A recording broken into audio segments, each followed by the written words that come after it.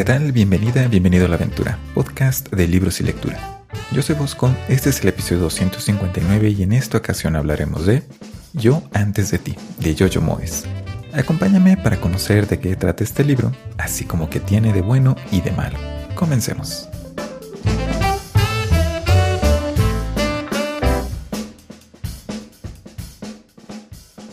Yo antes de ti es una novela romántica de la escritora británica Jojo Moyes, publicada originalmente en el 2012.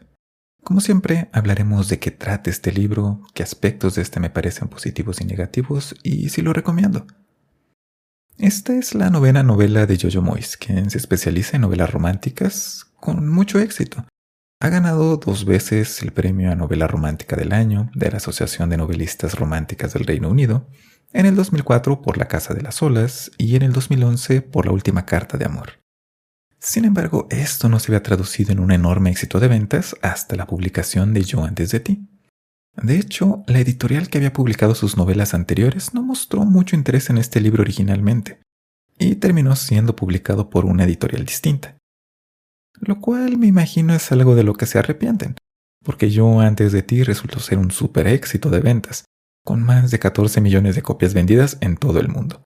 Además de que en el 2016 tuvo una adaptación al cine, dirigida por Thea Sharrock y protagonizada por Emilia Clarke y Sam Claflin, la cual tuvo buena recepción en la taquilla, aunque no le fue tan bien con la crítica especializada. Además, fue motivo de protestas por parte del movimiento por los derechos de las personas con discapacidad, así como por grupos en contra de la eutanasia. Y es que una parte de la inspiración de esta novela fue el caso de Daniel James, un jugador inglés de rugby de 23 años de edad que sufrió una lesión grave en su columna vertebral, la cual lo dejó con una parálisis desde su pecho hasta toda la parte inferior de su cuerpo. Este fue un caso muy sonado en Inglaterra durante el 2008, pues fue hasta motivo de una investigación judicial, además de que llamó mucho la atención al tema de la muerte asistida. Pero, como ya te estoy anticipando demasiado, es mejor que empecemos a hablar de qué trata este libro. Y de paso, es la advertencia de contenido para este episodio, pues hablaremos de eutanasia y suicidio asistido, pues es un tema central en este libro, para que lo tengas en mente. Nuestra historia inicia 2 años en el pasado del libro, en el 2007. Aquí conocemos a Will Traynor, un joven y exitoso ejecutivo, aficionado a los viajes, a la aventura y a andar en motocicleta. Mientras camina en una mañana lluviosa de camino a su trabajo en una firma de adquisiciones corporativas, después de pasar la noche con su novia, un motociclista lo atropella.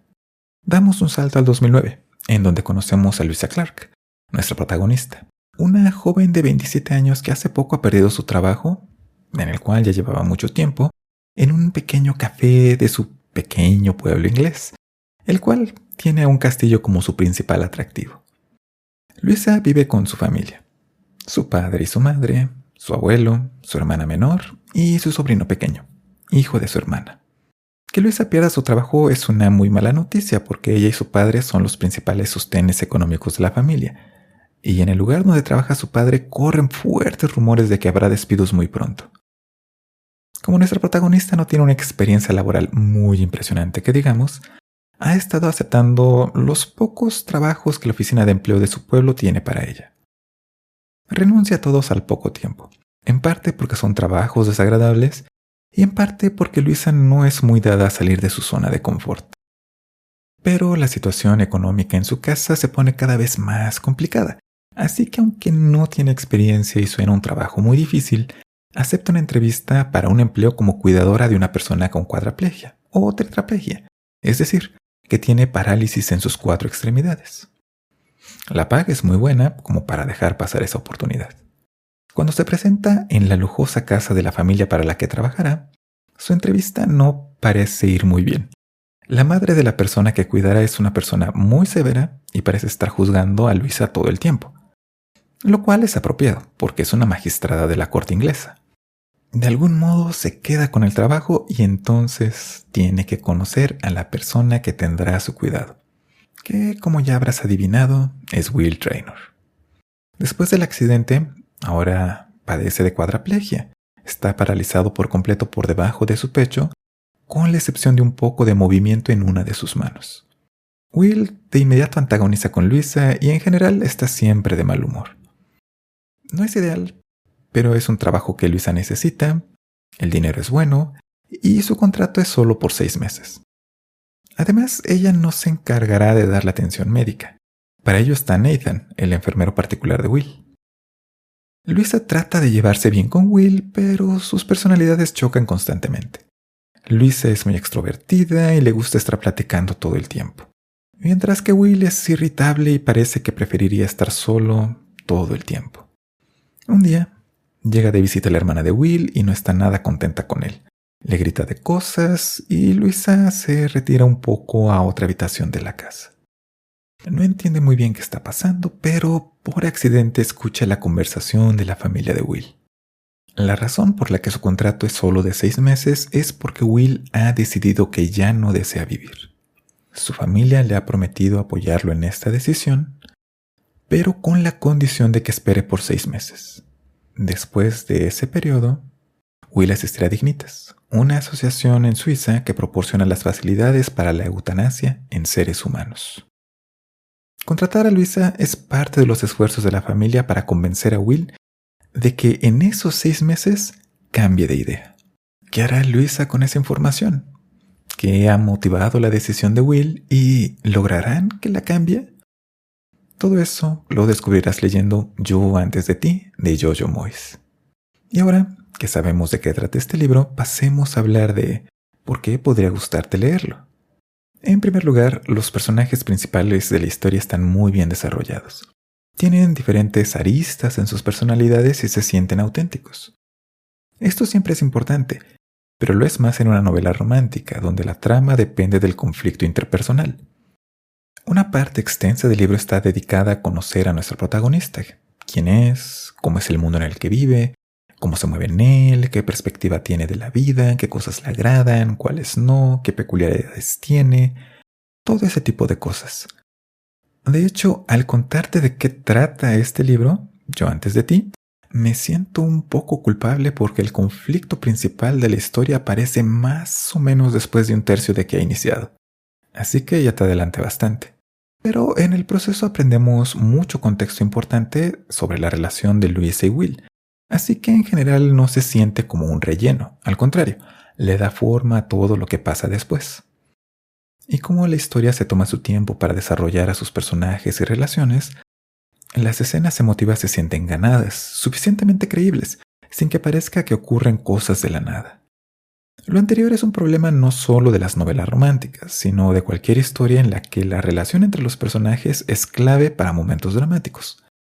Sea una relación de romance, de amistad o de cualquier otro tipo. Para que sientas alegría por los personajes, te dé tristeza cuando pasan por un momento difícil, o sencillamente te importe qué es de ellos, es necesario darles identidad, motivaciones y ver cómo, a través de sus interacciones, se conocen y forman ideas unos de otros. Yo antes de ti hace todo esto de una manera creíble, claro, con alguna que otra reacción demasiado dramática, pero es parte del género y no se siente fuera de lugar. Por ello es que pienso que los personajes son bastante memorables y es fácil interesarte en ellos. En consecuencia, los giros de la historia y las decisiones de los personajes se sienten naturales, lo cual facilita que te involucres con lo que les está pasando y las escenas que están 100% diseñadas para conmoverte funcionen bastante bien. Claro, siempre y cuando te aproximes a este libro con apertura y no con recelo, por ser una novela romántica. Es más, otro punto positivo de este libro es que presenta con sensibilidad los aspectos generales de la vida de una persona cuadraplégica, sin sensacionalismos, apegándose tanto como es posible a la realidad. Hubiera sido fácil para la autora tomar el camino de la discapacidad de película de Hollywood, sin adentrarse en los detalles como que una persona con cuadraplegia necesita de una sonda para expulsar desechos de su cuerpo y que esta sonda necesita de mantenimiento constante, o que es necesaria fisioterapia para reducir la pérdida muscular y de los huesos, así como otros detalles más. Además de que me parece algo honesto y responsable por parte de la autora, es importante para el dilema ético en el centro de la historia.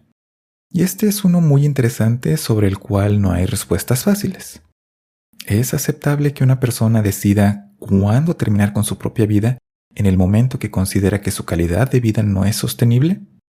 En lo personal es una pregunta sobre la que tengo una postura, pero pienso que es todavía superficial, a la que le falta comprensión de todas las aristas del tema. La evidencia de ello es que va cargada de muchos dependes. Pienso que sí es aceptable, pero depende de muchas cosas, las cuales no puedo argumentar de manera robusta, porque no he reflexionado en esta pregunta desde hace mucho tiempo. Pero gracias a esta novela lo he hecho, y eso me parece positivo, incluso si aún no tengo una respuesta con la cual me sienta fuertemente convencido. Me ha hecho considerar ángulos que no se me habían cruzado por la cabeza. Por supuesto, la autora plantea una postura en la novela, que también vale la pena recordar. Está matizada por la cercanía que tenía entonces el caso de Daniel James para Jojo Moyes, como una persona viviendo en Inglaterra. Si en la actualidad hablar acerca de la eutanasia puede ser controvertido, en ese entonces lo era aún más. De hecho, yo tengo muy presente el caso de Terri Schiavo, del 2005, porque tuve muchas discusiones con mis amigos al respecto. Este caso es sustancialmente diferente al de Daniel James y al de Will en la novela. Terri Schiavo fue una mujer estadounidense que había sido diagnosticada desde hacía 15 años con lo que coloquialmente llamamos muerte cerebral, es decir, estaba en un estado vegetativo o de coma persistente irreversible. Su esposo afirmaba que ella hubiera elegido la eutanasia, entonces abogaba por que se realizara, mientras que los padres de ella se oponían. Muy polémico, incluso intervino el presidente de los Estados Unidos. Entonces este libro quizás a ti también te haga pensar y reflexionar sobre este tema desde tu propia experiencia. Aunque tengo algunas reservas muy importantes sobre cómo se aborda esta cuestión en la novela, de las cuales hablaré en la segunda parte del podcast. Aún así, me parece un aspecto positivo de Yo antes de ti.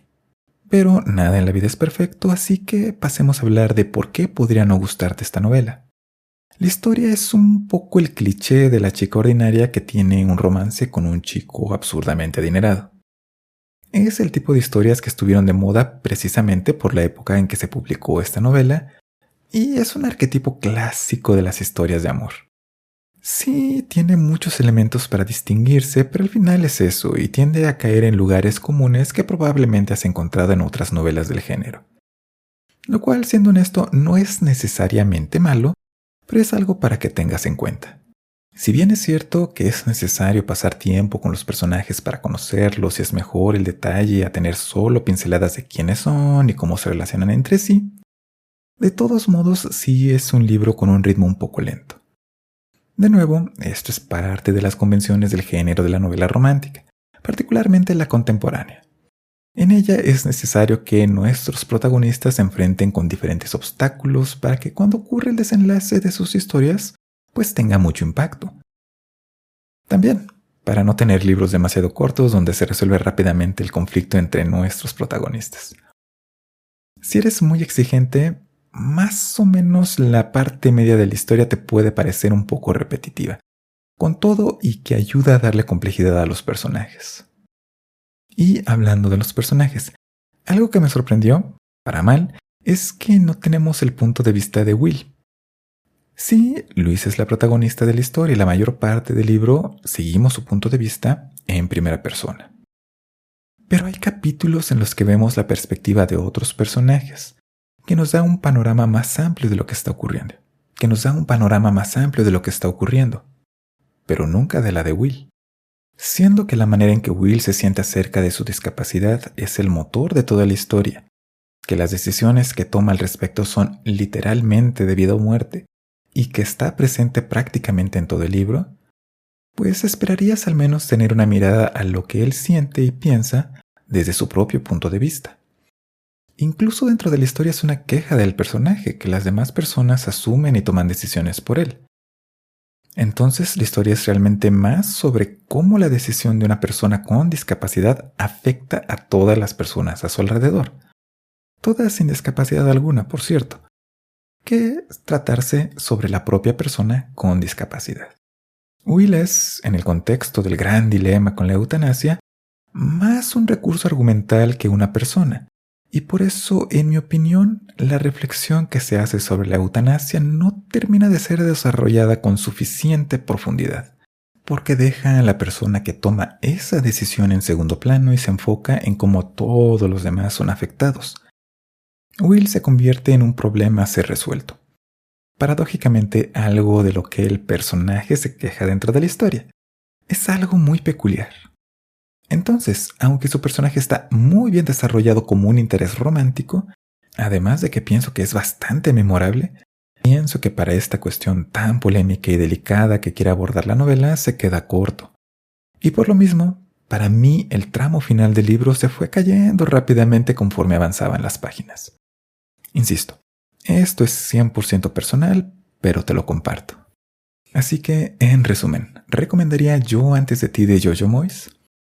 Como una novela romántica, si no te detienes a pensar demasiado en el dilema moral de la historia, creo que es una muy buena alternativa. Tiene personajes memorables que se sienten muy auténticos, los momentos emotivos son efectivos, sí son sentimentales, pero no llegan a ser cursis ni trillados, se sienten bien ganados, además de ser muy apropiados para la relación que tienen los protagonistas.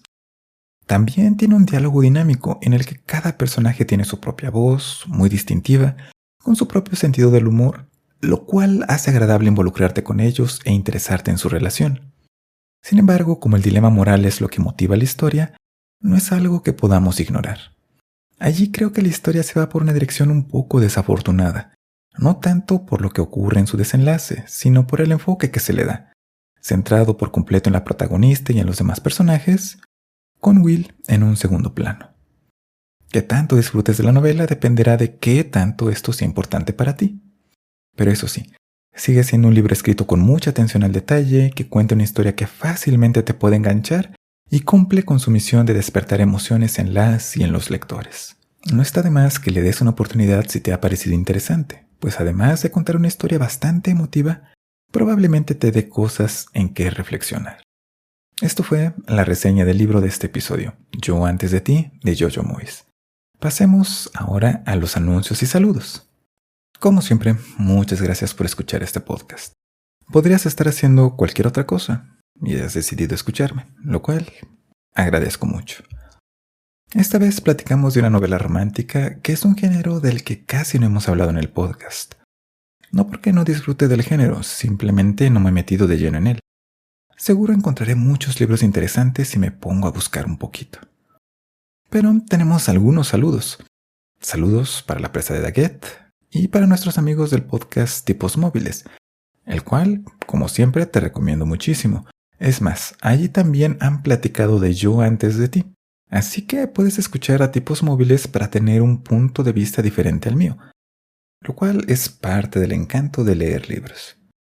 También hay saludos para Víctor Ávila y para Joel Rodríguez. Además, este es el primer episodio del 2026 y en la segunda semana de enero se cumplen 12 años desde el primer episodio de A la Aventura. Soy muy malo para conmemorar cosas, para celebrar cumpleaños y cosas de ese estilo, pero hay que mencionarlo porque, vaya, cómo pasa el tiempo. Mientras, recuerda que puedes visitar alaventura.net.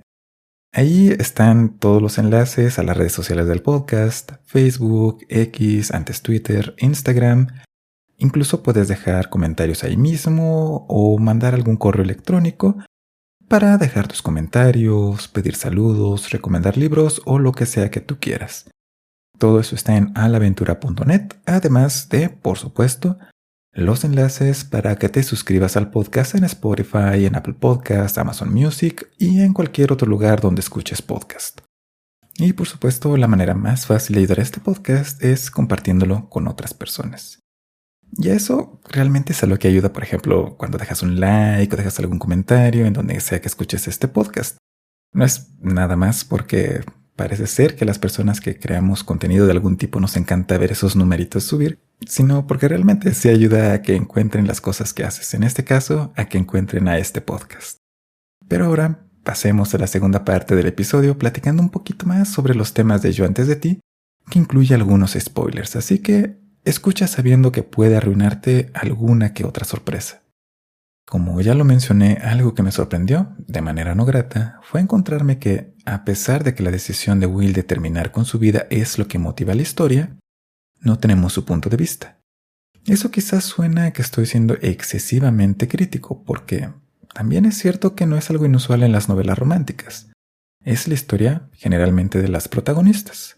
En este caso es la historia de Luisa, nuestra protagonista, y naturalmente que la narración estará centrada en ella. Sin embargo, la autora intenta abordar un tema complicado y controvertido, así que ni modo, se ha metido al ring, por así decirlo, así que toca analizar este tema con la seriedad que amerita. Al leer sobre las reacciones a esta novela, particularmente cuando se anunció que iba a estrenarse la película, una de las personas que estaba inconforme con la manera en que son presentadas las personas con discapacidad decía que cuando una persona sin discapacidad habla sobre quitarse la vida, se le trata de disuadir y se le ofrece apoyo. Aunque sea algo legal, no es algo deseable. Pero cuando es una persona con discapacidad que expresa las mismas ideas, entonces el diálogo da prioridad a la autonomía y se habla mucho del derecho a decidir, mientras que la prevención y la salud mental pasan a segundo plano. Y esta es una historia sobre el efecto de la decisión en otras personas, no de la persona que la está tomando y no desde su experiencia. Por supuesto, la novela nos presenta un escenario de extremos. Will pasa de tener una vida de ensueño, riqueza, belleza, inteligencia, con un futuro brillante, a una severamente limitada para mostrar que su decisión tiene la mayor cantidad de sentido posible. Pero el desenlace de la historia deja de ser nuevamente sobre lo que sustenta esta decisión y se vuelve más que nunca en el efecto que tienen los demás. Entonces toda la humanidad que se le había depositado a Will se desmorona en un par de capítulos y se convierte en un recurso narrativo para la historia importante, la de Luisa. Porque aquí lo importante es que la vida y muerte de Will son lo que causa que Luisa se atreva a vivir plenamente. Y esto en lo personal me frustra mucho. Durante varios años trabajé en un área que se encargaba de evaluar las condiciones de la oferta educativa para distintas poblaciones, entre ellas personas con discapacidad. Y algo que escuché muchas veces de las personas con las que tuve contacto en ese tiempo es que siguen siendo personas. No son una cosa, no son un algo para compadecer, que el entorno en el que se mueven las enfrente con barreras por no estar pensado para personas con discapacidad no las hace inútiles, no las hace menos humanas. Y tampoco son un algo para que las personas que no tenemos discapacidad nos sintamos inspirados o motivados o conmovidos. El papel de Will en el desenlace de la historia se reduce a esto, lo cual me parece una pena. Porque para mí echa por la borda todo lo que construyó en todos los capítulos anteriores la historia.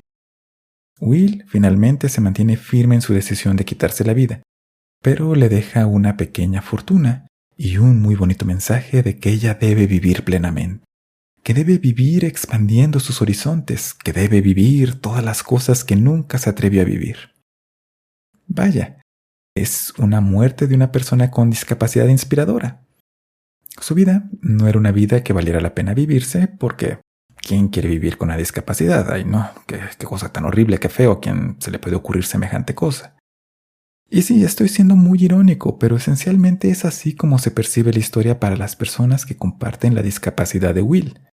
No es ninguna sorpresa las protestas, porque la vida de Will es vista como algo de segunda categoría, algo insuficiente, no importando lo que ocurra, pero que es valiosa e importante para darle alas a otra persona.